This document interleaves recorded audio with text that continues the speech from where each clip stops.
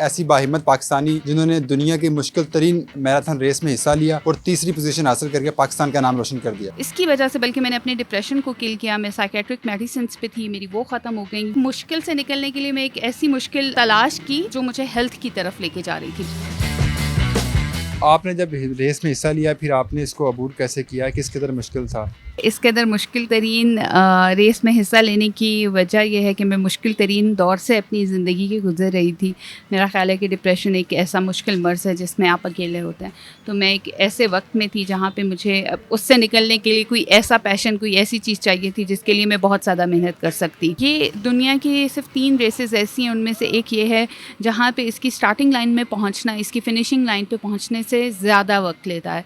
14 दिन में आप इसकी स्टार्टिंग लाइन में पहुँचते हैं। ये स्टार्ट होती है एवरेस्ट बेस कैंप से और फिनिशिंग लाइन में आपने 10 घंटे में पहुंचना होता है। तो मुश्किलें बहुत थी, आसान चीज़ नहीं थी, तैयारी में बहुत टाइम लगा और इसको अचीव करना एक मुश्किल गोल था। आप पाकिस्तान की पहली खातून है जिसने इस रेस में हिस्सा लिया और फिर आप डिप्रेशन में भी थी। ये दोनों चीज़ें मिलाकर आपने रेस कैसे जीती? अच्छा, मुझे लगता है कि जब आप ज़िंदगी में बहुत मुश्किल वक्त में होते हैं ना, तब बहुत ज़्यादा अगर आप अपने आप को किसी चीज़ पे फ़ोकस कर लें तो आपकी ज़िंदगी आसान हो जाती है। तो मेरा भी यही सीन था कि मैंने अपने आप को फ़ोकस कर लिया था इस रेस के ऊपर, इसको अपना पैशन बना लिया था और इसकी वजह से बल्कि मैंने अपने डिप्रेशन को किल किया। मैं साइकेट्रिक मेडिसिन्स पे थी, मेरी वो ख़त्म हो गई बिकॉज़ जब आप एक्सरसाइज करते हैं, जब आप बहुत ज़्यादा एक्सटेंसिव किस्म की ट्रेनिंग करते हैं तो आपको बहुत ज़्यादा स्वेट होता है, हैप्पी हार्मोन्स रिलीज़ होते हैं। उसकी वजह से जो मेरा डिप्रेशन था और जो साइकेट्रिक मेडिसिन्स थी वो सब ख़त्म हो गई in just the period of 7 months.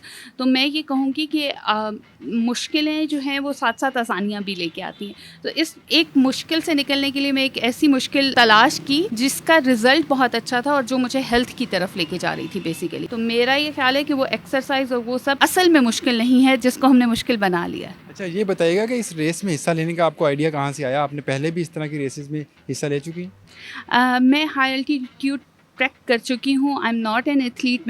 ये मेरी ज़िंदगी की पहली रेस थी जिसमें पार्टिसिपेट किया।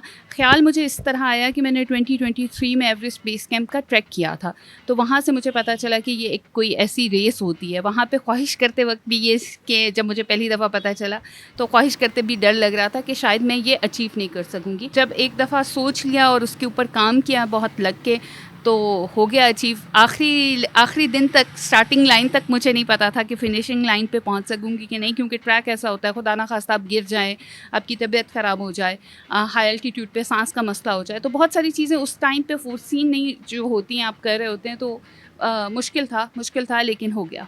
अच्छा, इस ट्रैक के बारे में बताइएगा कि ट्रैक किस कदर मुश्किल है और किस तरह का ट्रैक? अच्छा, ट्रैक जो है इट्स मिक्स। इसमें आपकी रॉकी एरिया भी आता है, स्टीप भी है, डाउनहिल भी आप जाते हैं, एक पहाड़ के ऊपर स्नेक की तरह का ट्रेल भी है, स्लिपरी भी है। मुख्तलिफ़ जगह पे मुख्तलिफ़ तरह का ट्रेल है, आप ग्लेशियर से भी गुजरते हैं। तो ट्रैक जो है जैसे नेपाली स्ट्रेट का मतलब है कि सारा बम्पी ट्रैक है, तो वो स्ट्रेट भी आता है। ज़्यादा टाइम आप अप हिल डाउन हिल जा रहे होते हैं। उनकी बहुत खूबसूरत सस्पेंशन ब्रिजेस हैं, मुझे वो बहुत खूबसूरत लगते हैं, लेकिन उन पे भी जब आप चलते या भागते हैं तो बहुत एनर्जी लगती है। तो ट्रैक बहुत इंटरेस्टिंग है, बहुत खूबसूरत है, मुश्किल होने के साथ साथ। तो आपने फिनिशिंग लाइन तक पहुंचने में कितना वक्त लगा, कितने दिन लग गया? अच्छा, फिनिशिंग लाइन का जो कट ऑफ टाइम होता है जिसमें आप रेस से बाहर चले जाते हैं वो 10 आवर्स है, जिसको मैंने 2 आवर्स में कंप्लीट कर लिया था। आपकी तीसरी पोजीशन भी आ गई, क्या इनामात मिले आपको? अच्छा, इस रेस में इनाम सिर्फ वो एक मेडल होता है जो आपके मैं कहूँगी खून पसीने का मेडल होता है, और खून पसीने आंसुओं का मेडल होता है बेसिकली।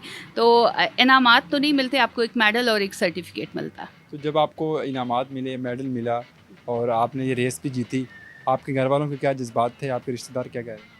अच्छा, घर वाले तो बहुत खुश थे क्योंकि इमीडिएटली उन्हें पता था, सारी उन्होंने मेरी जर्नी देखी थी। उनको पता था कि ये एक दुनिया की मुश्किल तरीन रेसों में से एक रेस है जिसका मैं हिस्सा बनी हूँ, और एल्टीट्यूड के हिसाब से ये काफ़ी मुश्किल थी। तो बाकी जो रिश्तेदार थे उनका ख्याल था कि कोई आम सा काम किया है और बस ये ऐसे ही बड़ा बड़ा लिख रही है। तो उस वक्त फ़ौरन से उनका कोई बहुत अच्छा रिस्पॉन्स नहीं आया, लेकिन हाँ, इमीडिएट फैमिली बहुत खुश थी। तो इसमें हिस्सा लेने के लिए आपने तैयारी भी की, कोई ट्रेनिंग भी ली? जी बिल्कुल, मैंने 7 महीने इसकी ट्रेनिंग की, जो कि बहुत कम पीरियड है इस किस्म की रेस के लिए। लेकिन 7 महीने में मैंने ट्रेनिंग में स्किप कुछ नहीं किया, मैंने बहुत दिल जान लगा के ट्रेनिंग की, ना चाहते हुए भी, जब दिल नहीं होता था तब भी करती थी। 2 से ढाई घंटे एक दिन में मेरा ट्रेनिंग टाइम होता था।